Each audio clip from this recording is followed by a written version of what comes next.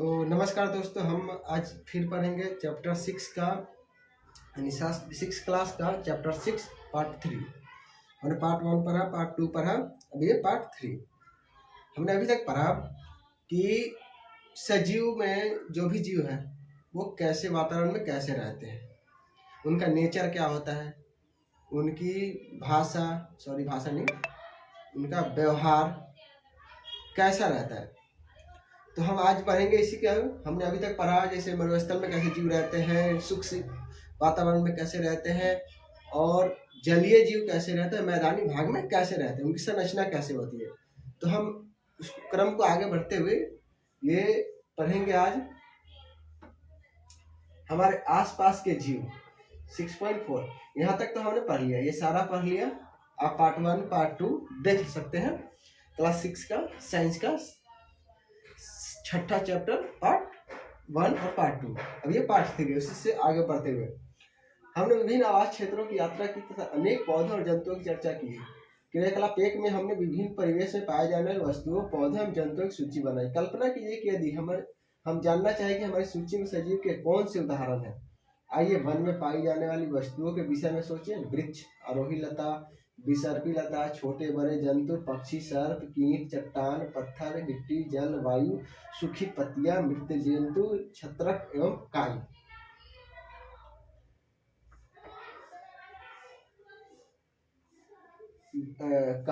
One में पाए जाने वाले विभिन्न वस्तुओं के उदाहरण हैं। इनमें से कौन से सजीव हैं। अब चलिए, हमने अभी तो जंतुओं, जीवों के बारे में, सजीवों के बारे में पढ़ा। अब हम सोच सकते हैं, कल्पना करिए, आपको जितनी भी चीजें आपको दिखाई दे रही है, जितनी भी घर द्वार, ईंट पत्थर, पेड़ पौधे, लता सब्जी, जितनी भी चीज है उसे कल्पना कीजिए और आप सोचिए उसमें सजीव कौन कौन से हैं। तो एक तो आप सोचेंगे जो सांस लेता हो, जो चलता फिरता हो, तो ये सजीव है ही। कुछ चीजें हैं जो एकांत रहती है, वो भी सजीव है। जल में रहती है, वो भी सजीव है। तो आप एक लिस्ट बनाइए, ठीक है। वन में, मिट्टी पे, पेड़ों पे, पहाड़ों में जो भी जीव जंतु रहते हैं उनकी एक सूची बनाइए कि उसमें सजीव कौन कौन से हैं, ठीक है। आगे बढ़ते हैं। अपने चारों ओर पाई जाने वाली वस्तुओं के विषय में सोचिए था उनके निर्जीव एवं सजीव समूहों को बांटिए। कुछ प्रकरण में हमारे लिए यह आसान होगा। उदाहरण हमारे घर की कुर्सी अथवा मेज जैसी वस्तु है। अब जब आप इंगित हो जाएगा, आपको लिस्ट बना लेंगे सजीव और निर्जीव, उसमें छापने हैं जो भी आप लिस्ट बनाते हैं। तो कुछ पल तक तो आपको लगेगा कि हाँ, जैसे कुर्सी या टेबल है, घर दीवार, सब निर्जीव है, और जो सांस लेते हैं, जो चलते हैं, अपना भोजन खुद बनाते हैं, वो सजीव है। तो ऐसे ही आगे बढ़ते, सजीव नहीं, पहली एडवर्ड लियर द्वारा रचित कंप्लीट नॉनसेंस का यह छंद पढ़ सकते हैं, ठीक है। चलिए एक हम छंद पढ़ते हैं। मेज ने कुर्सी से कहा, तुम्हें पता नहीं है मैं गर्मी में कितनी तपी हूँ एवं अपने पैरों की वायु से यदि हम थोड़ा टहल पाते तो हम थोड़ा बोल पाते। प्रार्थना करो हम वायु से ले सकते। मेज ने कुर्सी से कहा, कुर्सी ने मेज से कहा, अब तुम जानती हो कभी हम समर्थ नहीं हैं। तुम कैसे मुक्ततापूर्ण बातें करती हो जबकि तुम जानती हो कि हम चल नहीं सकते। मेज ने ठंडी सांस भरते हुए, क्या कोशिश करने में क्या हर्ज है। मेरे पास भी उतने ही पैर हैं जितने तुम्हारे। हम दो पैरों पर क्यों नहीं चल सकते। देखिए, ये जरूरी नहीं है सजीव परिभाषा है। सोचिएगा तो जिसके पैर हो, हाथ हो, वो सजीव है। कुर्सी, एक मतलब कविता है, एक कुर्सी और मेज आपस में बात कर रहे थे, ठीक है। तो मेज ने कुर्सी से कहा, तुम्हें पता है मैं गर्मी में कितनी तपती हूँ एवं अपने पैरों की विदाई से यदि हम थोड़ा टहल पाते। मतलब गर्मी में अगर कुर्सी को धूप में रख दो तो धूप में ही जलती रहती है। वो सोच रही है अगर हम चल पाते, हमारे भी पैर हैं औरों की तरह, तो अगर हम चल पाते तो हम गर्मी में नहीं तपते। हमें भी पैर हैं, लेकिन क्या है, वो निर्जीव है। ये कविता बनाई गई है, जबकि आपको ही मालूम है कुर्सियां बोल नहीं सकती। ये एक कविता बनाई गई है सोचने के लिए, आपको थोड़ा माइंड पर प्रेस जोर लेने के लिए कि हाँ कुर्सी अगर बात करती तो वो भी कह सकती थी कि काश हम चल पाते। बरसात में भीग रही है, ठंड में ठंड के मारे सिकुड़ रही है, गर्मी में तप रही है, तो अगर उसमें जीव सजीव होती, उसमें जान होता, तो वो भी अपना व्यवस्था करती बचने के लिए। तो ये कविता है, ठीक है। हम आगे बढ़ते हैं। पहेली और बूझो की कविता बहुत मजेदार लगी, क्योंकि वे जानते थे कि मेज और कुर्सी सजीव नहीं है, अतः ये ना तो चल सकते हैं ना बोल सकते हैं। बोल दिए ना, पहेली है ये। पहेली जो सोच रही है बात, ये दो व्यक्तियों को इंगित किया गया है, बच्चों को, एक पहेली और एक बूझो, दो इंगित किया गया है। एक का नाम पहेली और दूसरे का बूझो। आप ये कोई कविता ये नहीं है, ये आप समझ लीजिए कि एक नाम है, एक पहेली। जैसे आपका नाम जैसे राम है तो राम, श्याम है तो श्याम, वैसे ही दो नाम रखे गए, एक पहेली और एक बूझो। तो वे ये कविता पढ़ के हंसी उन्हें आती है कि कुर्सी सजीव थोड़ी है, मेज सजीव थोड़ी है कि वो चल सकती है या आपस में बात कर सकती है। तो ये सच्चाई है, ऐसा कुछ नहीं। हम जानते हैं कुर्सी, मेज, पत्थर अथवा एक सिक्का सजीव नहीं है। इसी प्रकार हम जानते हैं कि हम जीवित हैं और हमारी भी तरह संसार के सभी मनुष्य तथा कुत्ता, बिल्ली, बंदर, गिलहरी, कीट जैसे जंतु सजीव हैं। हमें कैसे पता चलेगा कि कोई वस्तु सजीव है? कभी कभी यह निर्णय करना इतना आसान नहीं होता। हम कह सकते हैं कि पौधे सजीव हैं, परंतु वे कुत्ते अथवा कबूतर की भांति चल नहीं सकते। दूसरी ओर एक कार अथवा बस चल सकती है, फिर भी हम उन्हें निर्जीव कहते हैं। अब चलिए, अब मान लीजिए सजीव की परिभाषा बनाना हो तो हम क्या कहेंगे? जो चलता हो, फिरता हो, घूमता हो, सांस लेता हो, ये सब सजीव है। बट सोचिए कि पेड़ पौधे नहीं चलते, वो एक जगह होते हैं, फिर भी वो सजीव है। कार, मोटरसाइकिल, बाइक, साइकिल ये सब चलती हैं, पर वो सजीव नहीं है, वो निर्जीव है। ठीक क्यों? क्योंकि इसमें जान नहीं है, खुद ये वृद्धि नहीं कर सकते। जो अपनी वृद्धि खुद से ना कर सके वो निर्जीव है। इतना एक लाइन की बात याद कर लीजिए। पौधे एवं जंतु समय के साथ वृद्धि करते हैं, परंतु कई बार ऐसा भी प्रतीत होता है जैसे आकाश में बादल अपने आकार में वृद्धि कर रहे हैं। अब देखिए, हम वृद्धि की बात पे आ गए, तो ये भी देखिए, कभी आकाश में आपने देखा होगा जो बादल चलते हैं तो छोटे रहते, कभी वो बढ़ने लगते हैं, तो क्या वो सजीव है? नहीं।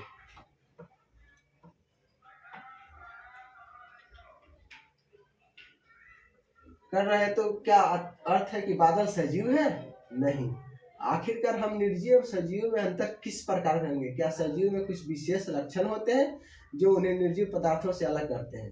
चलिए, अगर हम ये सब लेते हैं तो ये सोचना पड़ेगा ना कि क्या मतलब, जैसे सजीव और निर्जीव में हम अंतर कैसे कर पाए? कोई तो गुण होगा, कोई तो लक्षण होगा जिससे हम मालूम कर सके ये सजीव है, दूसरी वस्तु निर्जीव है। आप स्वयं सजीव का एक बहुत अच्छा उदाहरण है। आप में ऐसे कौन कौन से लक्षण हैं जो आपको निर्जीव वस्तुओं से अलग करते हैं? अपनी नोटबुक में ऐसे कुछ लक्षणों के नाम लिखिए, अपनी बनाई हुई सूची को ध्यान से देखिए, पता लगे कौन से लक्षण अन्य जंतु और पौधों में भी पाए जाते हैं। संभवतः इनमें से कुछ लक्षण सभी सजीव में एक समान होते हैं। अब चलिए, हम जो है मनुष्य शरीर एक सजीव है, सबसे बड़ा उदाहरण। ठीक, अब हम अपनी एक नोटबुक तैयार करेंगे कि हम में क्या ऐसा है कि हमें सजीव बनाता है। हम एक जगह से दूसरी जगह जा सकते हैं, श्वास लेते हैं, खाना खा सकते हैं, पानी पी सकते हैं, ठीक, वृद्धि कर सकते हैं, छोटे से बड़े हो सकते हैं, 1 से 2 हो सकते हैं, ठीक है।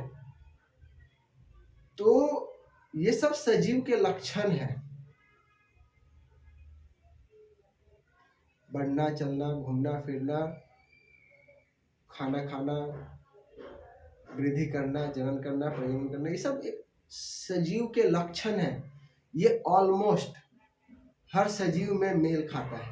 जो भी सजीव जीव है, जीव, पेड़ पौधे भी हमारे जैसे हैं, सांस लेते हैं, वृद्धि करते हैं, अपना खाना खुद बनाते हैं, एक से कई वृद्धि करते हैं, एक से कई पौधे बनते हैं, पेड़ बनते हैं, छोटे से बड़े होते हैं। तो बस वो चल नहीं सकते, एक लक्षण इसमें नहीं है, लेकिन बाकी सब लक्षण उनमें भी है जो हमारी तरह है। बोल नहीं सकते, हम बोल सकते हैं, सुन सकते हैं। तो ये सब सजीव के लक्षण जो ऑलमोस्ट सभी में पाए जाते हैं। ठीक है, क्या सभी सजीवों को भोजन की आवश्यकता होती है? अब चलिए अब एक चीज पॉइंट करते हैं। क्या सभी जितने भी सजीव हैं पृथ्वी पर, उन सब सजीवों को वृद्धि करने के लिए भोजन की आवश्यकता होती है? अध्याय 1 में हमने यह जानने की कोशिश की जीवों की भोजन की आवश्यकता होती है। भोजन हमारे लिए विभिन्न जंतुओं के लिए नित्यांत आवश्यक है। हमने यह भी सीखा कि पौधे प्रकाश संश्लेषण द्वारा अपने भोजन स्वयं बनाते हैं। जंतु भोजन के लिए पौधों तथा जंतुओं पर निर्भर रहते हैं। भोजन सजीव को उनकी वृद्धि के लिए आवश्यक ऊर्जा प्रदान करता है। सजीवों को उनके अंदर होने वाले अन्य जैविक परिवर्तनों के लिए ऊर्जा की आवश्यकता है।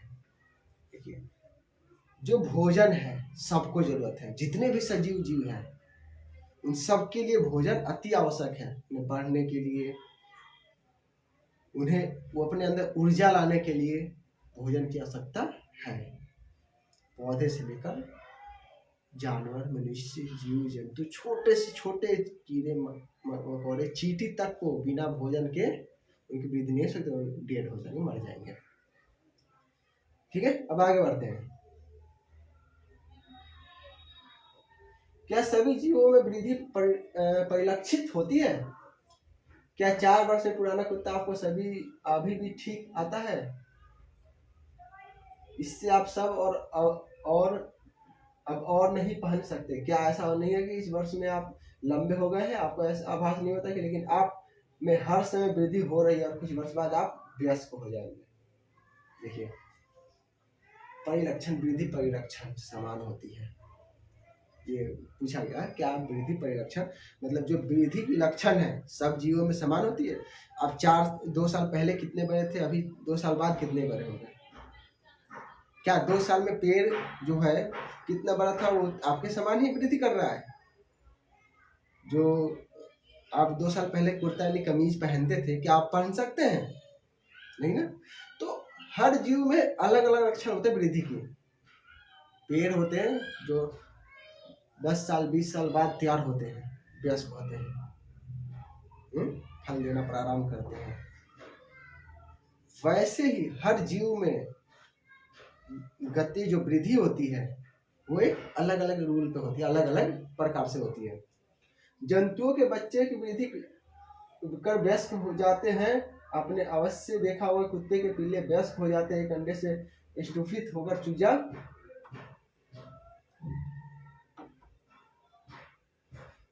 का बच्चा वृद्धि करके मुर्गी अथवा मुर्गा में परिवर्तित हो जाता है।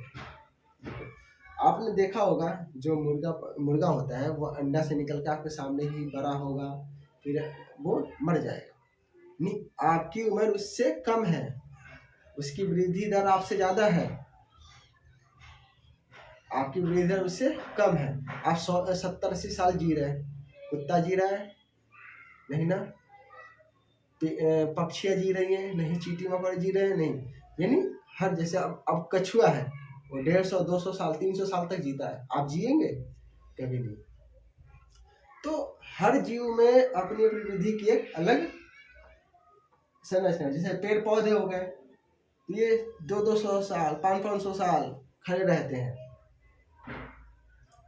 पौधे की वृद्धि करते हैं, पौधे की वृद्धि करते हैं। अपने चारों ओर पाए जाने वाले विभिन्न प्रकार के पौधों का अवलोकन कीजिए। इनमें से कुछ बहुत छोटे अथवा नवजात है तो कुछ विकसित है। ये सभी वृद्धि की विभिन्न स्थितियों में हो सकता है। कुछ दिनों और कुछ सप्ताह बाद पौधों को देखिए, आप देखेंगे कि उनकी लंबाई में वृद्धि है। वृद्धि सभी सजीवों में होती है। क्या आप सोच सकते हैं कि निर्जीव वस्तु वृद्धि प्रदर्शित नहीं कर सकते? देखिए, अब पेड़ पौधा को ले लीजिए, आप जितने साल में इतने बड़े हुए, पेड़ कितना बड़ा हो गया। कुछ तो पेड़ आपने देखा होगा कि आपके पापा के जमाने का होगा। ठीक, तो हर जीव का वृद्धि सजीव है तो उसे संभव है। निर्जीव में आप सोच सकते संभव है? आप कुर्सी को ले आते हैं, कुर्सी 1 से 2 हो जाती है? नहीं। कुर्सी बढ़ती है? नहीं। कुर्सी एक जगह से दूसरी जाती है? नहीं। कुर्सी को खाना चाहिए? नहीं। वो एक निर्जीव है। समझ गया? क्या सभी सजीव श्वास श्वसन करते हैं? अब चलिए, अब सजीव की बात करते, क्या जितने भी सजीव चीज है वो सांस लेते हैं? तो हाँ, बेशक ही लेते हैं, लेकिन हाँ, सब में श्वास लेने की अलग अलग प्रक्रिया है। जैसे हम हैं, हम नाक से सांस लेते हैं। मछली है, जलीय जीव है, गिल से सांस लेती है, जो गल्फर होता है उनके गिल से सांस लेती है। पेड़ पौधे हैं, वो पत्तियां से सांस लेते हैं, पत्ती में छोटे छोटे छिद्र होते हैं जिससे वो सांस लेते हैं। क्या हम श्वसन के बिना जीवित रह सकते हैं? जब हम श्वास लेते हैं तो बाहर की वायु शरीर के अंदर जाती है। अब हम श्वास छोड़ते हैं तो शरीर के अंदर की वायु बाहर निकल जाती है। श्वास लेना श्वसन क्रिया का एक हिस्सा है। श्वसन में अंदर ली गई वायु की ऑक्सीजन की कुछ मात्रा का उपयोग होता है। इस प्रक्रिया में बनी कार्बन डाइऑक्साइड को हम श्वास द्वारा बाहर निष्कासित कर देते हैं। देखिए, जो हम सांस लेते हैं नाक से, वो ऑक्सीजन लेते हैं और छोड़ते हैं कार्बन डाइऑक्साइड। तो जो सांस लेने और छोड़ने की प्रक्रिया होती है ना, यही श्वसन कहलाता है। श्वसन क्रिया, देखिए, अब कहीं पूछा जाएगा श्वसन क्रिया क्या है, तो जीवों में सांस लेने की प्रक्रिया को ही श्वसन क्रिया कहते हैं। एक सिंपल सी बात है। और श्वसन में हम क्या लेते हैं? ऑक्सीजन। वायु जब हम अंदर लेते हैं ना, उसमें ऑक्सीजन हम ले लेते हैं, और जो छोड़ते हैं उसे कार्बन डाइऑक्साइड बोला जाता है। ठीक है, याद कर लीजिए। मनुष्य श्वास में क्या लेता है? ऑक्सीजन, और छोड़ता क्या है? Carbon dioxide. और पेड़ पौधे क्या लेते हैं? ठीक इसका बिल्कुल, कार्बन डाइऑक्साइड लेते हैं और ऑक्सीजन छोड़ते हैं, जिससे कारण पृथ्वी पे वायु की लेवल बनी रहती है।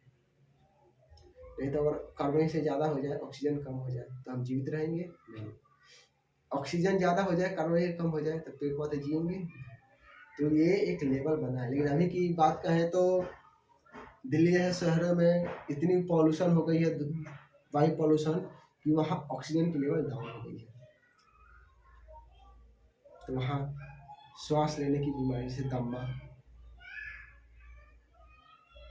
टीबी, ये सब की बहुत सी बीमारी उत्पन्न होती है सांस शुद्ध हवा ना लेने के कारण। अगर आप गांव से हैं तो जो आप सांस लेते हैं और शहर में जाइए, आपको दम घुटने लगेगा। या पहाड़ों पे चले जाइए, वहां भी आपका दम घुटेगा, क्योंकि वहां ऑक्सीजन की मात्रा लेवल डाउन होती है। ठीक,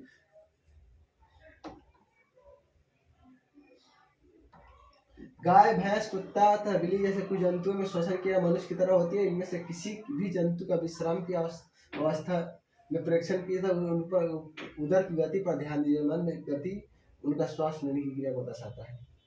श्वसन सभी जीवों के लिए आवश्यक है। ग्रहण किए गए भोजन में श्वसन के द्वारा ही हमारे शरीर को ऊर्जा मिलती है।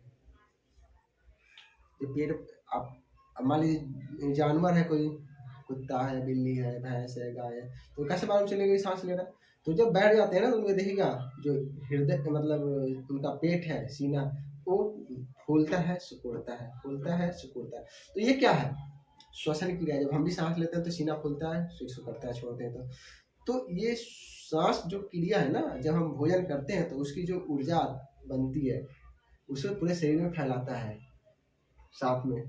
इसी क्रिया श्वसन अगर ना हो तो हमारा शरीर खत्म हो जाएगा, यानी जीवों का विनाश हो जाएगा। ऐसे भी कुछ दिन में जीवों का विनाश होने वाला है। जितनी पॉल्यूशन दुनिया में लोग फैला रहे हैं, उस हिसाब से एक न एक दिन दुनिया का विनाश तो निश्चित है। कुछ जंतुओं में गैस आदान प्रदान के तरीका विभिन्न हो सकता है। श्वसन का एक हिस्सा होता है। उदाहरण के लिए केंचुआ त्वचा द्वारा सांस लेता है। हमने पढ़ा है कि मछली के गिल्स होते हैं, जिनकी सहायता से वो जल में मिले वायु को ऑक्सीजन को अवशोषित कर लेती है।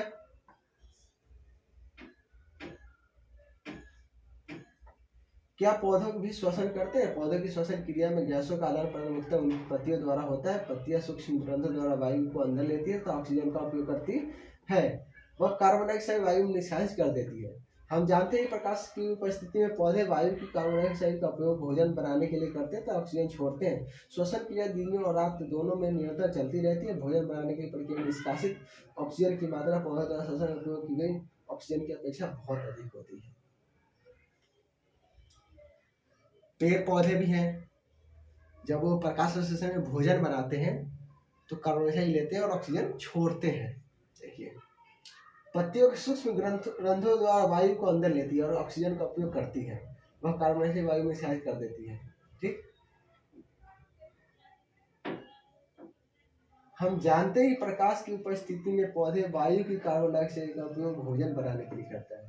ठीक है, जब प्रकाश की धूप निकलता है तो प्रकाश की संश्लेषण होती है भोजन बनाने की पौधे की, उसमें क्या करता है वायु से कार्बन डाइऑक्साइड को लेता है, जिसकी सहायता से वो भोजन बनाता है, फिर ऑक्सीजन वायु में छोड़ देता है, जिससे लेवल बनी रहती है। मैंने बोला था ना, देखिए एक लाइन ये आ गया, ऑक्सीजन छोड़ देता है। श्वसन की यह दिन और रात दोनों निरंतर चलती है। श्वसन जो है, क्या आप दिन में सांस लेते रात में नहीं, वैसे पौधे भी है दिन रात दोनों श्वसन के, लेकिन थोड़ी उनमें मतलब चेंजिंग है। ठीक है,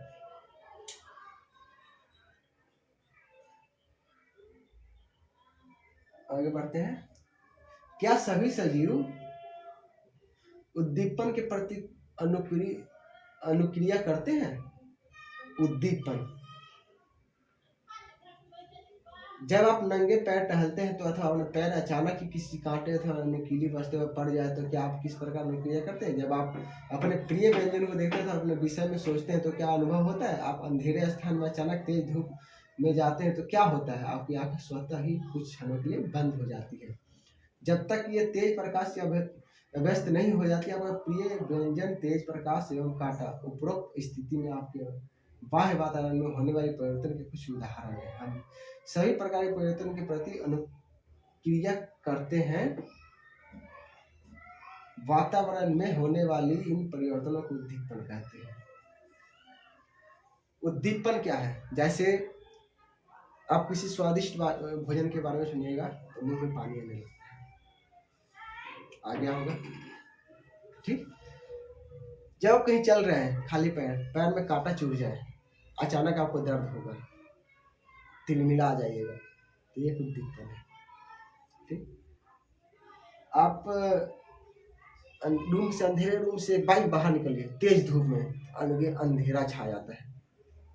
ऐसा क्यों होता है? आंखें हमारी इतनी रोशनी नहीं सह पाती, वो अंधेरे का अनुकूल रहती है।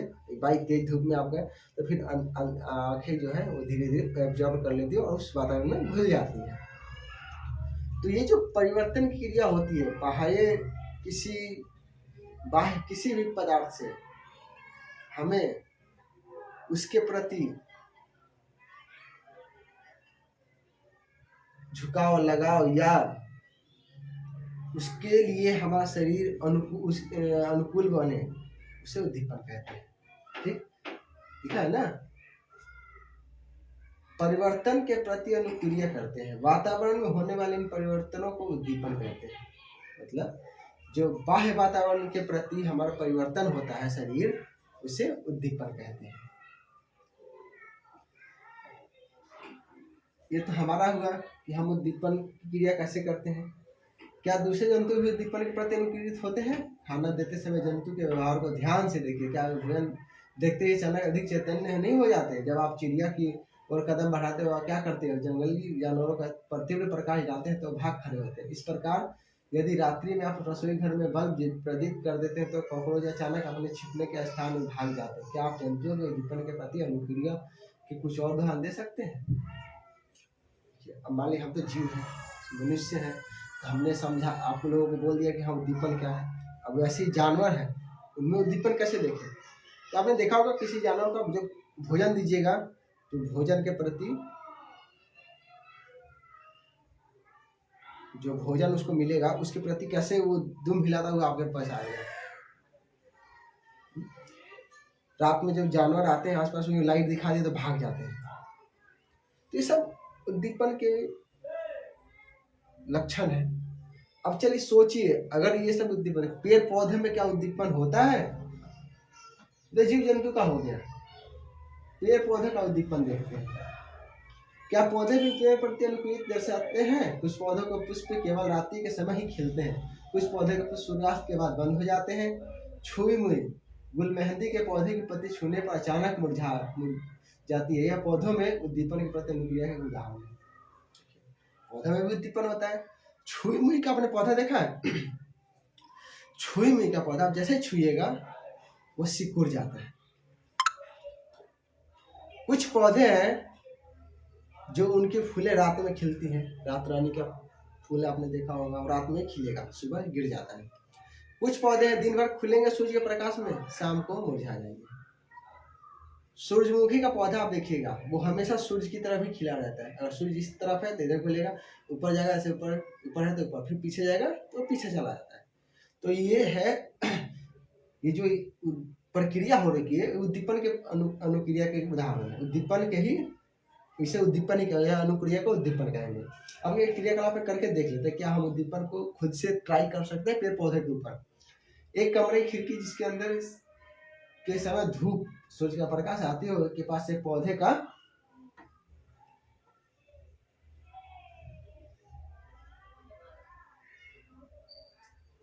गमला रखिए, कुछ दिनों तक पौधे को नियमित जल देते रहिए। क्या यह पौधा खुले स्थान पर रखे पौधे की तरह सीधा ऊपर की वृद्धि करता है? यदि यह सीधा वृद्धि नहीं करता है तो ज्ञात कीजिए यह किस ओर मुड़ता है। आपके विचार में क्या यह उत्पन्न की अनुक्रिया है? सभी सजीव वस्तु अपने परिवेश में होने वाले परिवर्तनों के प्रति अनुकूलित दर्शाता है। देखिए, आप घर में एक पौधा लगा दीजिए, ठीक, और जिस खिड़की से प्रकाश आता है ना, उसे थोड़ा दूरी पर रखिएगा। कुछ दिन बाद ना देखिएगा उसका झुकाव जो होगा खिड़की की तरफ होगा, क्योंकि उसे उधर से प्रकाश मिल रहा है और उसके लिए प्रकाश जरूरी है। आपने तो उसे नहीं झुकाया ना, वो खुद ब खुद उस तरफ झुक जाएगा। वही पेड़ पौधे जो बाहर वातावरण में लगे रहते हैं वो सीधे जाते हैं। क्यों? क्योंकि उन्हें चारों तरफ से सूर्य का प्रकाश मिलता है, उन्हें झुकने की जरूरत नहीं रहती। तो ये सब उद्दीपन की प्रक्रिया है, ठीक है। जितने भी सजीव जीव हैं उन सब में उद्दीपन की प्रक्रिया होती है, 100% होती है। सजीव में उत्सर्जन, सभी सजीव भोजन करते हैं। जीव यह इस ग्रहण किए गए भोजन को संपूर्ण मात्रा का उपयोग नहीं कर पाता। आहार केवल कुछ ही भाग जीव के शरीर द्वारा उपयोग में आता है। भोजन के पचे हुए विशेष भाग का क्या होता है? ये इसे अपिष्ट रूप में शरीर से बाहर निकाल देते हैं। विभिन्न जैव प्रक्रियाओं के फलस्वरूप हमारे शरीर में कुछ अपिष्ट पदार्थ उत्पन्न होते हैं। सजीव द्वारा अपिष्ट पदार्थों के निष्कर्ष के प्रकरण को उत्सर्जन कहते हैं। उत्सर्जन किसे कहते हैं? अब सोचिए, जितना आप खाना खाते हैं क्या शरीर में पच जाता है, शरीर में लग जाता है? नहीं लगता। जो नहीं पचता वो हम मल मूत्र के द्वारा बाहर निकाल देते हैं। यानी जितना हमें जरूरी था उतना हमने एब्जॉर्ब कर लिया, जो है जरूरी नहीं है उसे हम मल मूत्र के बाहर निकाल देते हैं। ये उत्सर्जन का परिभाषा है। यानी अभिष्ट पदार्थ सजीवों द्वारा, अभिष्ट पदार्थ में सजीवों द्वारा जो पदार्थ उपयोग में नहीं है शरीर के लिए, उसको बाहर निकाल देना, निष्कासन कर देना ही उत्सर्जन कहलाता है। क्या पौधे में उत्सर्जन होता है? हाँ, तो पौधे उत्सर्जन करते हैं, परंतु उनमें इस प्रकार का ढंग कुछ अलग है। कुछ पौधों में अपिष्ट पदार्थ पौधे के कुछ विशेष भागों में संग्रहित किए जाते हैं, जिससे पौधों को कोई हानि नहीं पहुंचती। कुछ पौधों में अपिष्ट पदार्थों का निष्कासन स्राव के रूप में होता है। उत्सर्जन सजीवों का एक दूसरा सामान्य लक्षण। देखिए, अब आप सोचिएगा पेड़ पौधे में उत्सर्जन कैसे होता है। अब जो बड़े बड़े पेड़ होते हैं ना, उनको देखिएगा, उनकी जो खालें होती हैं ऊपर से, एक समय के बाद वो निकलने लगती है सूख कर। आप उसे निकाल भी दीजिएगा ना तो उससे कोई मतलब फर्क नहीं पड़ता। तो वो उसका अभिष्ट पदार्थ है, उसको एक समय बाद वो आप निकाल लीजिए, उससे कोई फर्क नहीं पड़ने वाला, ठीक है। चलिए, क्या सभी सजीव प्रजनन करते हैं? क्या आपने कभी कबूतर अथवा किसी पक्षी के नीर घोंसले देखे? वे नीर के में अंडे देते हैं। कुछ अंडे प्रस्फुटी होते हैं, उनमें छोटे छोटे बच्चे बाहर निकाल आते हैं।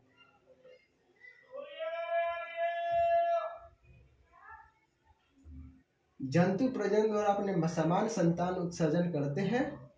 विभिन्न जंतुओं में प्रजनन का ढंग अलग अलग होता है। कुछ जंतु अंडे देते हैं जिनमें शिशु निकलते हैं, कुछ जंतु शिशु को जन्म देते हैं।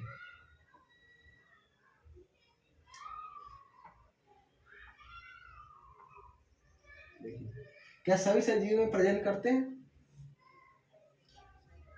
जो जीव होगा वो प्रजनन करेगा ही, लेकिन हाँ अलग अलग रूप में। अब चिड़िया क्या होती है, बच्चे देती है? नहीं, वो अंडे देती है जिससे बच्चे होते हैं। जो मनुष्य जीव है या बंदर है, भालू है, गाय है, भैंस है, घोड़ा है, ये अंडे देते हैं? नहीं, इन्हें शिशु बने बच्चे पैदा होते हैं। तो एक तो अंडे द्वारा जीव जंतु हो गए जो मनुष्य है, कुछ जीव है जो सीधा बच्चे प्रजनन करती है। लेकिन क्या पेड़ पौधे कैसे करते हैं? पेड़ पौधे तो ना अंडे देते हैं ना बच्चे देते हैं, तो उनका जो प्रजनन होता है बीज द्वारा होता है, क्योंकि बीज ही जमीन पे गिरेगा, वो अंकुरित होगा, फिर अगले दिन वो कुछ समय बाद पेड़ बन के तैयार होगा। उनमें ही प्रजनन होती है। पौधे प्रजनन करते हैं, जंतुओं की तरह पौधे भी प्रजनन के तरीके भिन्न होते हैं। बहुत से पौधे बीजों द्वारा प्रजनन करते हैं, पौधे बीज उत्पादित करते हैं, हम उन्हें अंकुरित करके नए पौधे उगा सकते हैं। कुछ पौधे बीज के अतिरिक्त अन्य कायिक भागों द्वारा भी नए पौधे उत्पन्न होते हैं। उदाहरणतः आलू के कलिका वाले भाग से नया पौधा बनता है।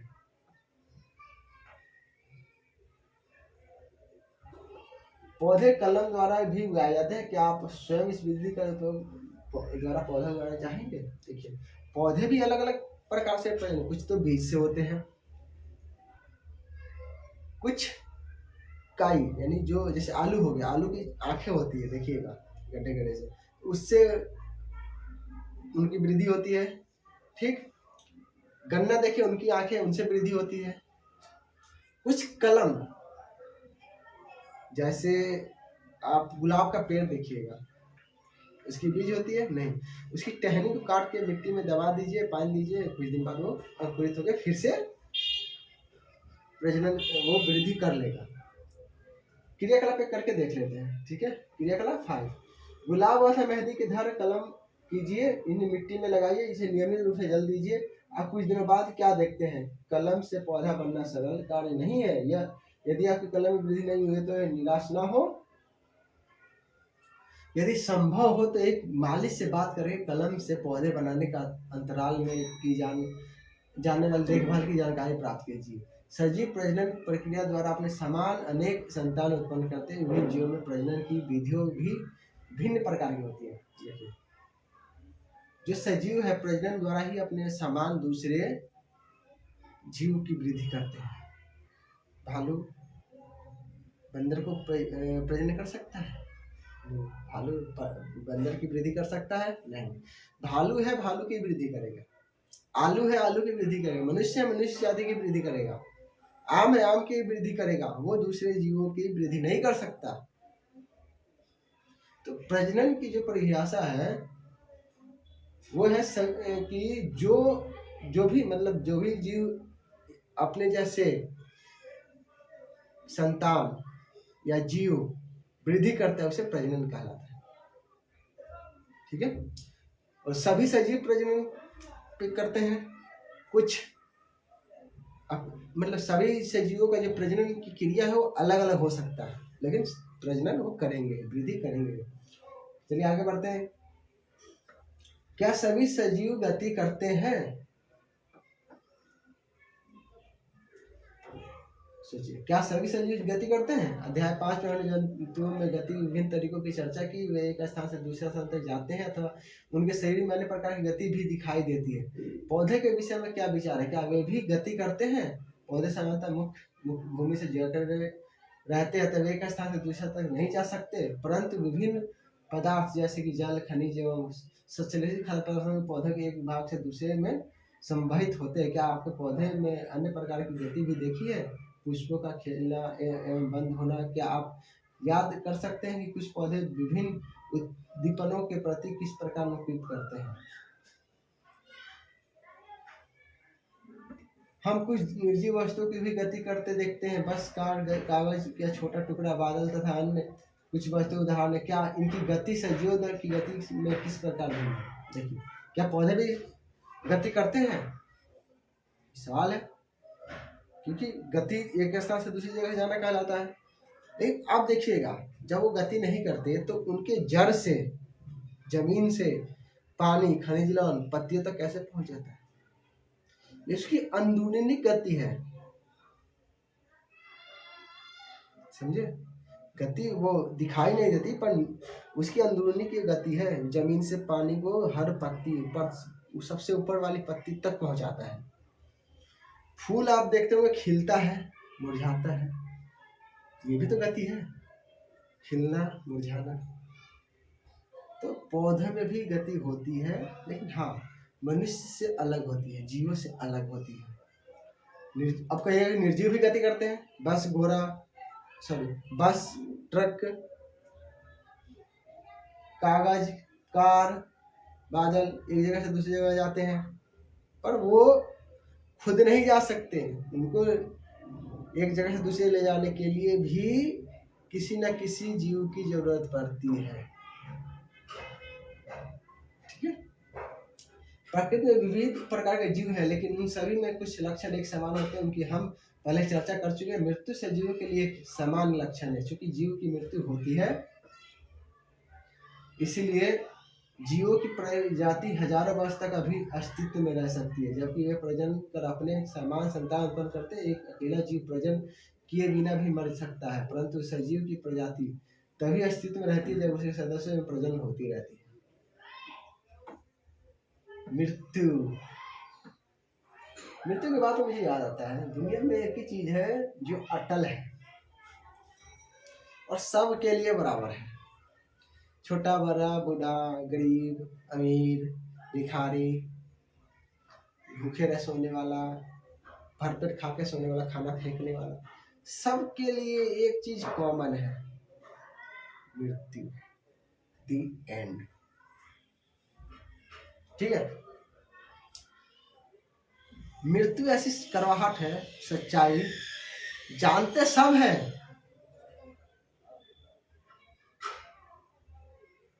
बट उससे डरता कोई नहीं।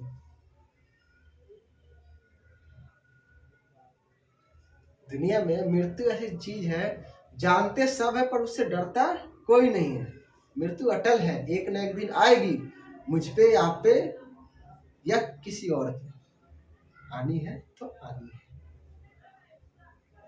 ना मैं टाल सकता हूं, ना आप टाल सकते हो, ना कोई अगला टाल सकता है।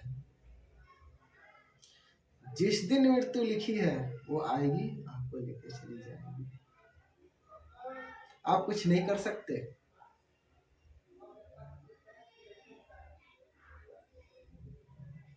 मृत्यु अटल है, इसके लिए आप कुछ नहीं कर सकते। चलिए इसमें मैं अगर बोलूं तो बहुत बोल सकता हूं। हम आगे चैप्टर खत्म करें, लंबी वीडियो होने वाली है, इस चैप्टर को खत्म करेंगे।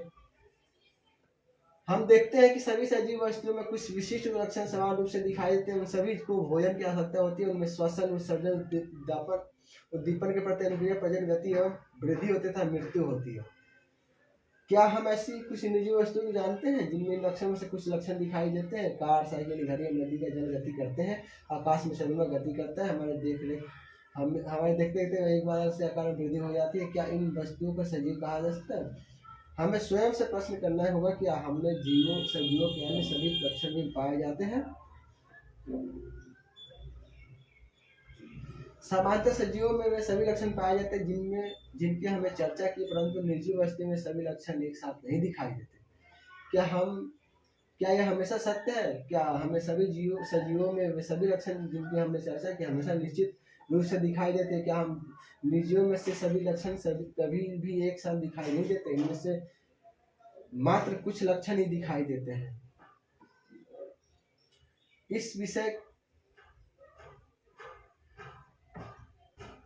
विषय को और अधिक प्रकार से समझने के लिए आइए किसी बीज के विषय में विचार करते हैं। कुछ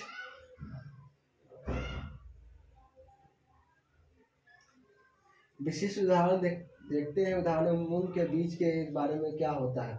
क्या जीवित है? यह एक दुकान तथा भंडार में महीनों रखा रहता है तथा इनमें से कोई वृद्धि नहीं होती अथवा जीवन में कुछ अन्य लक्षण भी दिखाई नहीं देते, परंतु जब हम इन्हीं बीजों को मिट्टी में बोकर जल से सींचते हैं तो ये पौधे बन जाता है। कई महीनों में रखे बीज की भोजन की आवश्यकता थी अथवा इनमें से उत्सर्जन विधि अथवा भोजन क्या हुआ था। हमने देखा कि कुछ ऐसे भी उदाहरण जब हम सरलता से नहीं कह सकते तो उनमें सजीवों के सभी लक्षण दिखाई दे रहे हैं, जिसमें हम इसे जीवित कहा जा सकता है। अब सोचने वाली बात है कि महीनों सालों तक जो बीज रखा रहता है दुकान पे या फिर घर में, ना उसे भोजन मिलता है, ना उसे में कोई वृद्धि होती है, लेकिन जब उसे मिट्टी में दबा दिया जाए तो एक वो पौधा बन जाता है, जीवित हो जाता है। ना वो सांस लेता था पहले, ना कुछ भी, एकदम मृत्यु की तरह पड़ा था। तो ये एक ऐसा प्रक्रिया है ना, जैसे हम अंडा लेते हैं तो अंडा से डायरेक्टली बच्चा तो नहीं होगा, वो कुछ समय बाद उसे मुर्गा या कोई भी पक्षी, मुर्गी उसे सेती है, गर्मी में पराग करती, फिर उसमें बच्चा तैयार होता है, फिर वो बच्चा बाहर निकलता है। वैसे ही जो बीज होता है वो बिना पानी के, बिना खनिज लवण के वो बढ़ नहीं सकता, तब तक ये वो मरा हुआ है, समझ लीजिए। उसे जैसे ही मिट्टी में हमने दबाया, उसे नमी मिली, फिर वो अंकुरित हुआ, फिर जमीन से खनिज लवण मिले जिससे वो वृद्धि हुई, यानी पानी आते उसके अंदर जान आना चालू हो गया। ठीक है,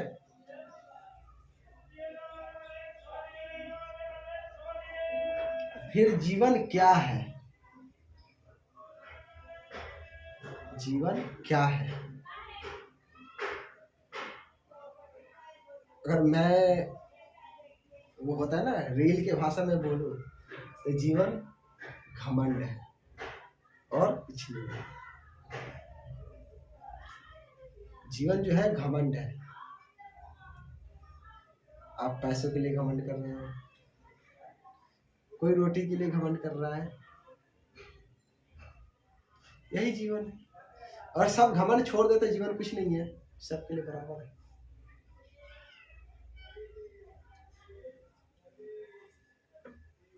गेहूं की बोरी में अपना हाथ डाल लेके आपको कुछ गर्मी का अनुभव होता है? गेहूं की बोरी में कुछ गर्मी उत्पन्न होती है? यह गर्मी बीजों के श्वसन के कारण उत्पन्न हुई है।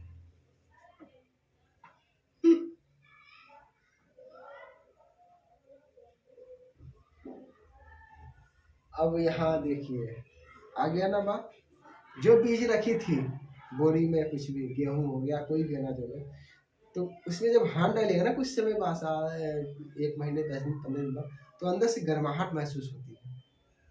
ऐसा क्यों? क्योंकि वह अंदर ही अंदर श्वास ले रहा था। ठीक है, हम देखा कि बीजों में श्वसन की क्रिया उस समय भी चलती रहती जब अन्य जैव प्रक्रम उनके सक्रिय नहीं होते। संभवतः हमारे प्रश्न आखिर जीवन क्या है का उत्तर देना इतना सरल नहीं हो सकता, परंतु अपने चारों ओर पाए जाने जीवों की विविधता को देखकर अचानक ही मुंह से निकल जाता है कि जीवन सुंदर है।